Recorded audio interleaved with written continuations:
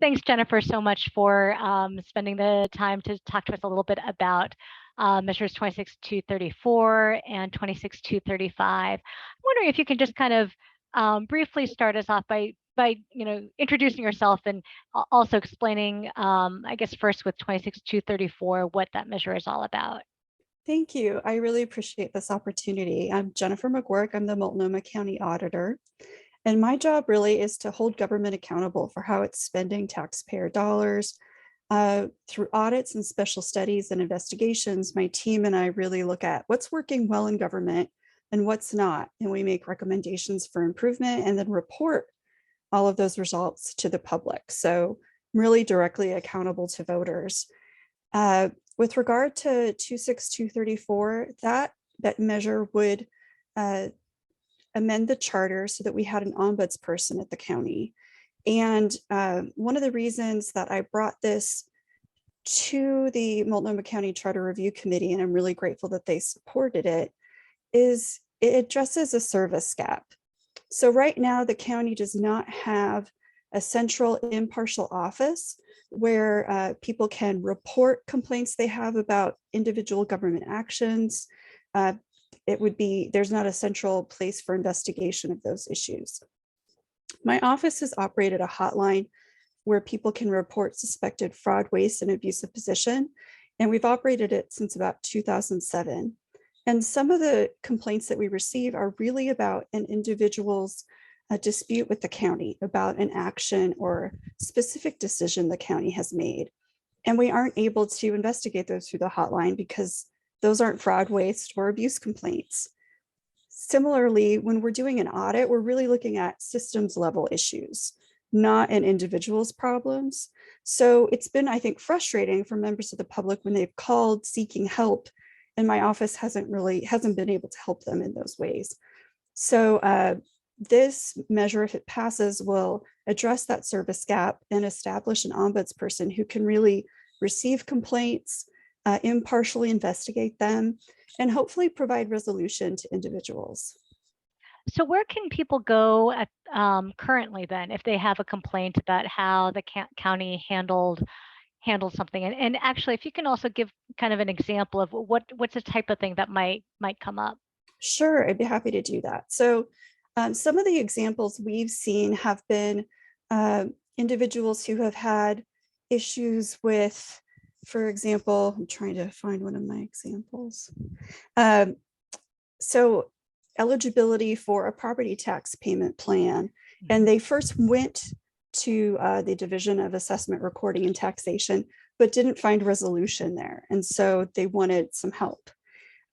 We've also received complaints about mistreatment of people who are experiencing houselessness or other kinds of really specific individual issues. Right now, people can go to the particular division that they're having an issue with and try to find resolution, but sometimes that's not possible. And that's where having an impartial, really third party can be helpful. Perhaps there's a need to amend policy. Perhaps there's specific ways we can provide resolution for that individual. And it can have sort of larger implications to improving policy, for everyone in the county. So I think, having that neutral office, that doesn't exist now. Mm-hmm. And so sometimes people in management of the county are able to come to resolution, but not always. So it'd be great to have this alternate solution at the end of the road when they've kind of hit all the roadblocks along the way. Would there be any authority associated with it? Like, for instance, could the ombudsperson require the assessor's office or whoever to make some kind of accommodation? Yes, they do have that authority to recommend and see action. They can also be backward-looking corrections as well. Mm-hmm. And I guess I just want to make sure they have the authority to make a recommendation, but they can't necessarily require a department to follow it.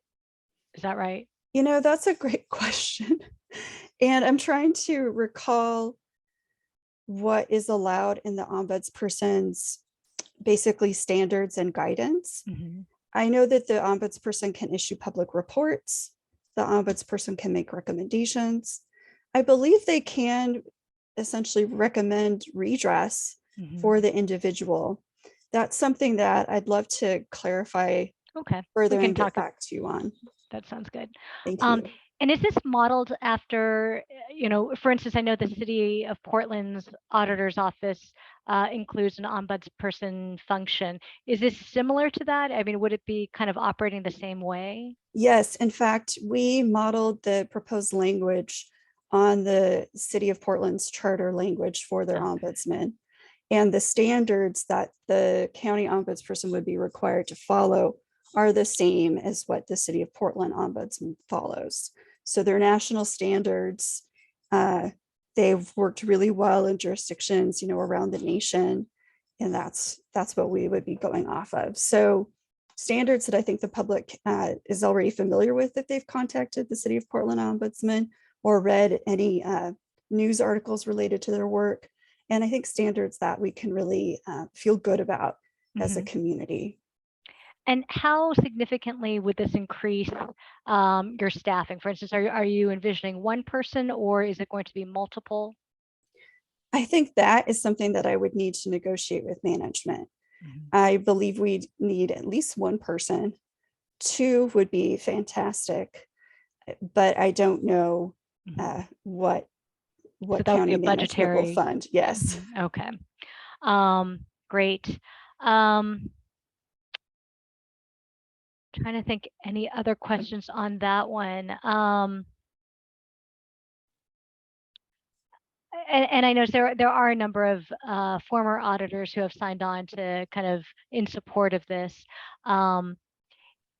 Let's actually, I think I'm pretty good on 234. Can you talk to me a little bit about 26235 and what that entails?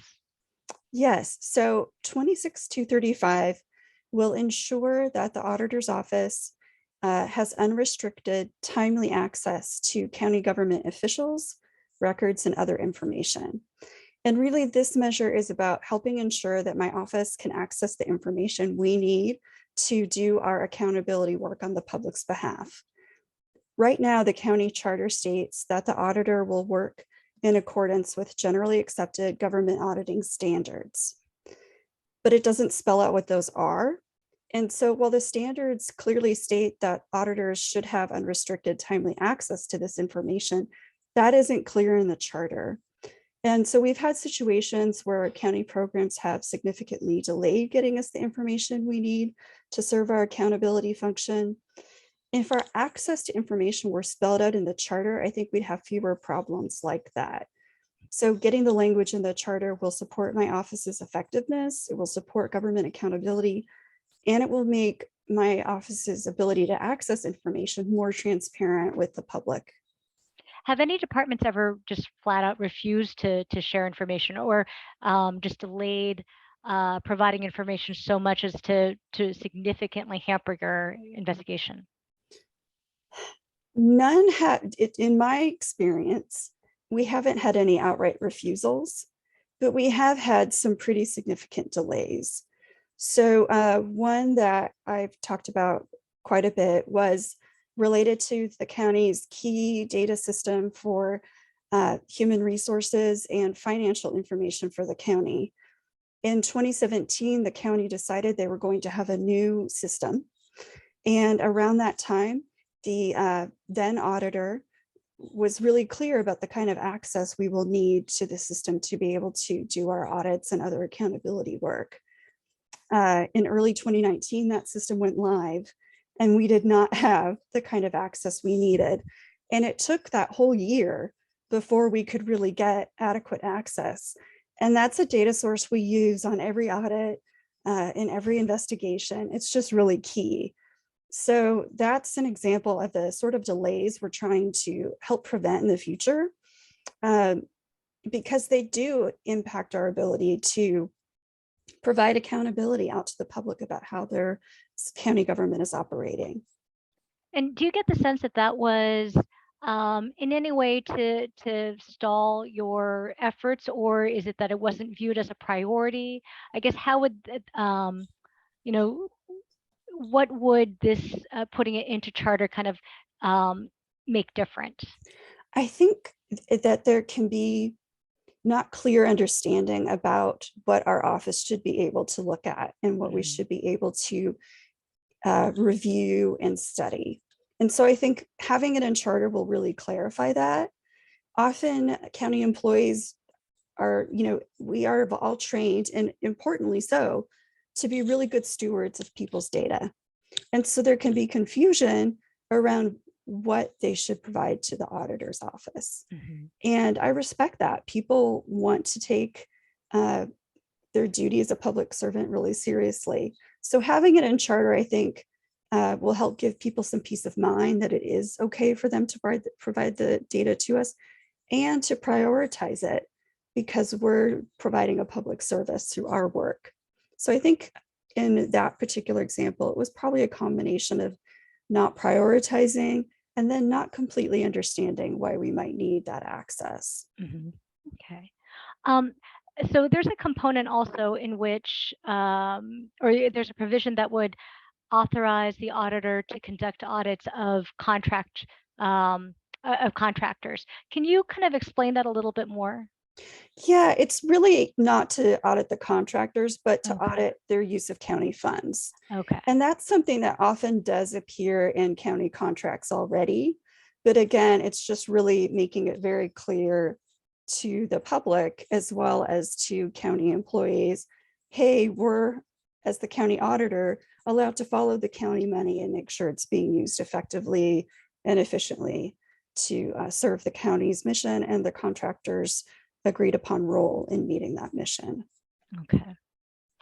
Let's see. And is this also kind of modeled after anyone else, any other auditors' offices? So the Association of Local Government Auditors, which is an international association, developed model legislation, I believe in 2014, and updated it in 2021. And so the language that is being brought to voters around access to information is a little pared down. It's not as lengthy as that language, but it is modeled on it and follows it very closely. The language about the auditor that's in our county charter hasn't been updated since 1998. So these amendments also are a way to bring us more aligned with other jurisdictions that are kind of leading the way for government accountability and bring us into alignment with those best practices from the Association of Local Government Auditors. And why is it important to put both of these into the charter? Like, is there, couldn't you seek the same kind of authority through by going to the Board of County Commissioners? That's a great question. So in their national guidance, the Association of Local Government Auditors recommends that the auditor's role and powers be enacted at the highest level of authority. So through voter enacted amendments, for example, in our charter. And that's why I presented these amendments to the Multnomah County Charter Review Committee. It's really important that the people's auditor is independent from county management and other elected officials. And so this is another way to preserve that independence as well. If I'm directly accountable to the people, then they should be getting to make the decisions about what the charter says about my role. And I think that that's why the charter is the appropriate place to have this language really clear for the public. Great. Well, thank you. Thank I you. really appreciate your time. This was a great conversation. I'll just follow up a little bit on a couple other things here and there, but that was really helpful. So thank you for taking the time to talk with me. Thank you so much. I really appreciated it.